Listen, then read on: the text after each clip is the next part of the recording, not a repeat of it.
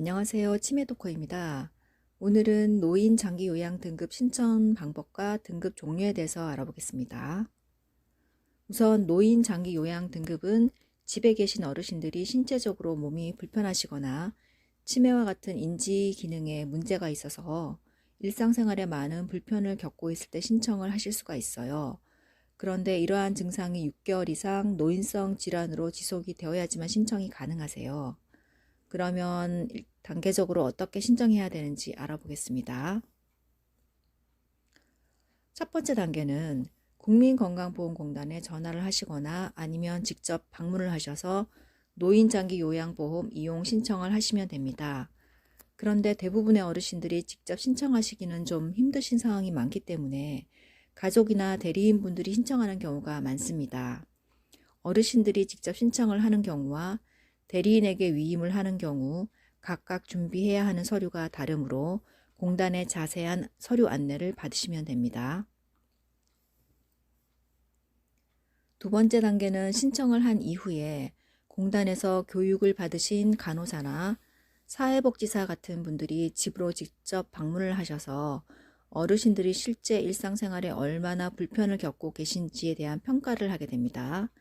신체 기능에 있어서는 혼자 식사와 옷을 갈아입으실 수 있는지, 그리고 화장실은 혼자서 가실 수 있는지, 이러한 거에 대한 평가를 하게 되고요.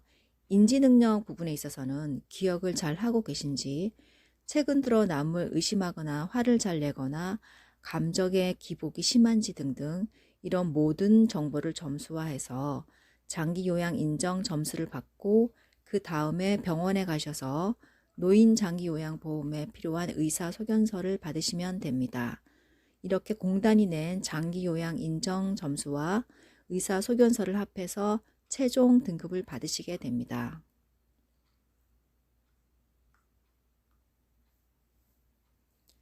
장기 요양 인정 등급은 1등급에서 5등급으로 나뉘어지고 거기에 인지 지원 등급이 있습니다. 1등급 판정을 받으신 어르신들이 가장 도움을 많이 필요로 하십니다. 1등급에서 3등급은 거의 거동이 힘드신 경우이고요. 4등급, 5등급을 받으신 어르신들은 일부분은 일상생활이 좀 가능하다고 보시면 됩니다. 인지지원 등급은 신체적인 불편함은 없지만 인지 기능에 약간의 문제가 있는 초기 치매 어르신들이 받으시는 등급이라고 할 수 있습니다. 이렇게 등급 판정이 끝나고 나면 장기요양 이용 계획서, 장기요양 인정서를 공단에서 보내줍니다. 그러면 이 서류를 가지고 필요로 하는 기관과 따로 계약을 맺으시면 됩니다.